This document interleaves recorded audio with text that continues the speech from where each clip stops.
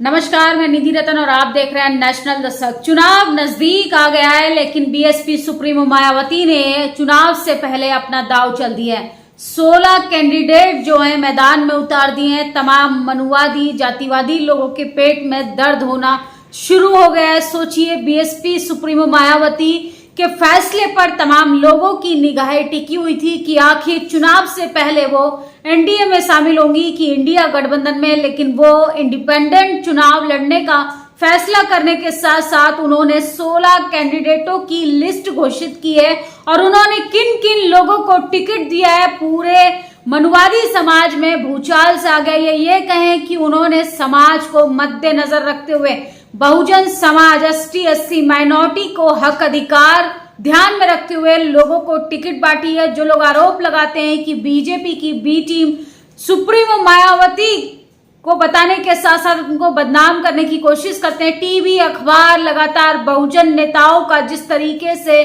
चरित्र हनन करता है, उनको बदनाम किया जाता है। अब उन्होंने क्लियर कर दिया है कि बहुजन समाज पार्टी लगातार बहुजन समाज के हितों पर काम करती है, उनको मद्देनजर रखते हुए अपना चुनाव लड़ती है। उसकी कथनी करनी में बीजेपी की तरह जमीन आसमान का फर्क नहीं। आकाश आनंद ने बड़ा ट्वीट करके लोगों को जानकारी दी है कि किन किन जगह से किन किन लोगों को टिकट दी। तमाम लोग जो हैं वो विरोध भी कर रहे हैं। जो लोग कहते थे कि बीएसपी बीजेपी की बी टीम है, वो सारी गलत फहमियां बीएसपी सुप्रीमो मायावती ने इन 14 कैंडिडेट को घोषित कर क्लियर कर दिया है और उनके मुंह पर एक चुप्पी का करारा तमाचा मारा है। बीएसपी की राष्ट्रीय अध्यक्ष मायावती के आदेश अनुसार बहुजन समाज पार्टी द्वारा उत्तर प्रदेश, मध्य प्रदेश, छत्तीसगढ़, पश्चिम बंगाल, राजस्थान, उत्तराखंड, तमिलनाडु, जम्मू कश्मीर में होने वाले लोकसभा आम चुनाव 2024 के लिए उम्मीदवारों की लिस्ट आ चुकी है। सभी उम्मीदवारों को आकाश आनंद ने बधाई दी है और मजबूती से चुनाव लड़ने की अपील भी की है। सोचिए, सहारनपुर से मजीद अली को उतारा है, कैराना से श्रीपाल सिंह को, मुजफ्फरनगर से दारा सिंह प्रजापति को, बिजनौर से विजेंद्र सिंह, नगीना से जो कि रिजर्व सीट थी वो सुरेंद्र पाल सिंह को उतारा है, मुरादाबाद से मोहम्मद इरफान सैफी को, रामपुर से जिसान खान, संभल से सौलत अली, अमरोहा से मुजाहिद हुसैन, मेरठ से देवव्रत त्यागी, बागपत से प्रवीण बंसल को टिकट दिया है, गौतम बुद्ध नगर से राजेंद्र सिंह सोलंकी, बुलंदशहर से रिजर्व सीट थी गुरीश चंद्र जाटव को उन्होंने मैदान में उतारा है, अंबाला से आविद अली, पीलीभीत से अनीस अहमद खान उर्फ फूल बाबू, शाहजहांपुर से दौद राम वर्मा को उतारा है। सोचिए, जो लोग आरोप लगाते हैं कि बहुजन समाज पार्टी दलित विरोधी काम कर रही है, बहुजन समाज पार्टी मुस्लिम विरोधी काम कर रही है, मायावती ने ये लिस्ट जारी कर उन तमाम लोगों को करारा जवाब दिया है जो तमाम तरीके के आरोप लगाते हैं और उनको बदनाम करने की लगातार साजिश करते हैं। आप देखेंगे कि बहुजन नेताओं को किस तरीके से बदनाम किया जाता है। जैसे जैसे चुनाव नजदीक आ रहा है, बीएसपी सुप्रीमो मायावती अपनी बहुजन समाज को लगातार साथ लेकर चल रही हैं और 24 के चुनाव को वो मद्देनजर रखते हुए अपने मजबूत दावेदार मैदान में उतारे हैं। इसके साथ साथ उन्होंने इंदु चौधरी जो बनारस यूनिवर्सिटी में प्रोफेसर के साथ साथ सोशल एक्टिविस्ट भी हैं, ऐसे लोगों को बीएसपी इस बार टिकट दे रही है जो आरोप लगाते हैं कि बीएसपी सिर्फ सवर्णों की पार्टी है। जी नहीं, वो बहुजन समाज की पार्टी है, वो मुसलमानों की पार्टी है, वो आदिवासी लोगों की पार्टी है, वो तमाम गरीबों, मजलूमों, पिछड़े समाज की पार्टी है। सोचिए, किसी ने अगर डाइवर्सिटी रखी है तो बीएसपी सुप्रीमो मायावती ने। तमाम लोग अपनी प्रतिक्रियाएं भी दे रहे हैं। सोचिए, एक जातिवादी मनुवादी मानसिकता से ग्रसित एक पत्रकार है रणविजय सिंह, उसने इस बीएसपी की लिस्ट को ट्विटर हैंडल पर लिखा है कि बीजेपी के उम्मीदवारों की लिस्ट आपके सामने आ चुकी है। सोचिए किस आधार पे ये बीएसपी पार्टी पर इस तरीके के आरोप प्रत्यारोप लगाते हैं। इस पत्रकार पर तो बाकायदा एसटी एससी एक्ट में केस होना चाहिए। बहुजन नेताओं को बदनाम करने और जातीय मानसिकता से कुंठित आदमी किस तरीके से सरेआम बीएसपी पार्टी को, बहुजन समाज की वो पार्टी जो लगातार हाशिए पे खड़े लोगों की आवाज उठाती है। मान्यवर काशीराम की वो पार्टी जिसने ये नारा दिया था, जिसकी जितनी संख्या बारी उसकी उतनी हिस्सेदारी, इसके बावजूद बहुजन नेताओं को किस तरीके से बदनाम किया जाता है। बबीता गौतम ने रणविजय जातिवादी पत्रकार को जवाब देते हुए लिखा है कि आपसे पूछ कर तय किया था कि ये लिस्ट जो इतने विश्वास से बोल रहे हैं, इतनी जातीय कुंठा बहुजन समाज पार्टी के लिए क्यों? सोचिए, आखिर बहुजन नेताओं से इतनी तकलीफ क्यों होती है, बहुजन लोगों से इतनी दिक्कत क्यों होती है, बहुजन पार्टी से इन लोगों को इतनी दिक्कत होती है? ये सिर्फ जातीय आधार पर।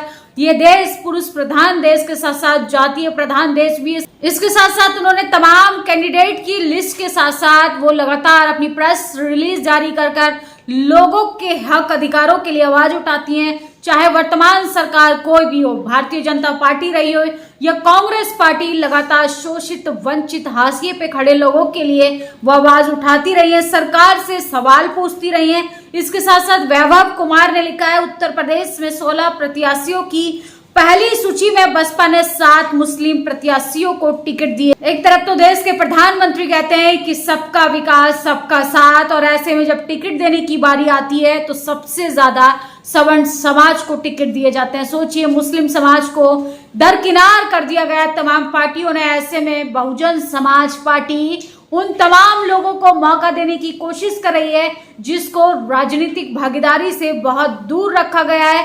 अरविंद बौद्ध लिखते हैं कि रणविजय जैसे पत्रकार पर केस होना चाहिए, क्योंकि ये लोग समाज में माहौल खराब करने की कोशिश करते हैं और लगातार बहुजन नेताओं को बदनाम करने की भी साजिश रचते रहते हैं। सोचिए, ये कभी केजरीवाल से सवाल पूछेंगे, ये कभी राहुल गांधी से सवाल पूछेंगे, ये कभी नरेंद्र मोदी से सवाल पूछेंगे कि आखिर आप लोग जाति के आधार पे, पार्टी के आधार पे लोगों को टिकट बांटने का काम करते हैं। लेकिन सोचिए, जैसे ही बहुजन समाज की पार्टी डाइवर्सिटी रखती है, मुसलमानों को आगे करती है, दलितों को आगे करती है, कैसे ये लोग आरोप प्रत्यारोप लगाकर बहुजन नेताओं को बदनाम करने की कोशिश करते हैं, बहुजन नेताओं को किस तरीके से खराब किया जाता है। इसके साथ साथ बीएसपी सुप्रीमो मायावती ने बदायूं जैसे केस पर भी आवाज उठाई थी। उन्होंने सरकार से सवाल किया था, बदायूं में 2 भाइयों की निर्मम की गई हत्या घटना अत्यंत दुखद है और निंदनीय, दोषियों के खिलाफ सख्त कानूनी कार्रवाई होनी चाहिए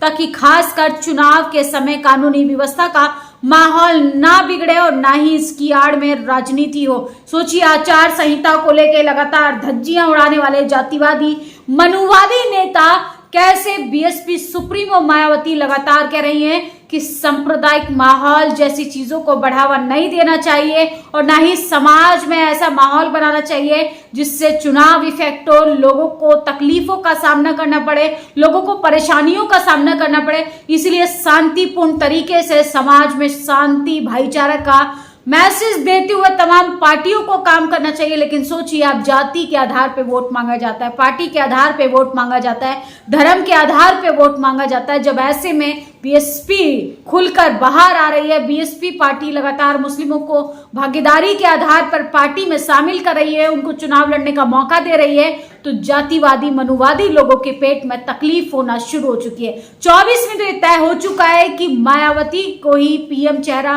कैंडिडेट घोषित कर देना चाहिए। मजबूत दावेदार हैं, लगातार बहुजन समाज के लिए वो आवाज भी उठाती रही हैं और नेता वही चुनी है जो आपको धरातल पे आपको जानता हो, पहचानता हो, आपकी तकलीफों को समझता हो। बीएसपी सुप्रीमो मायावती 4 बार उत्तर प्रदेश की पूर्व मुख्यमंत्री रह चुकी हैं, उनसे ज्यादा मजबूत, समझदार, यहाँ तक कि क्लियर क्रिस्टल अपने विचारधारा के अकॉर्डिंग वो एकदम बारीकी से समझ रखती हैं। उनको कोई भी गठबंधन हो, उनको मिलकर पीएम चेहरा जरूर बनाना चाहिए। इस खबर पर आपकी क्या प्रतिक्रिया कमेंट बॉक्स में जरूर बताइएगा।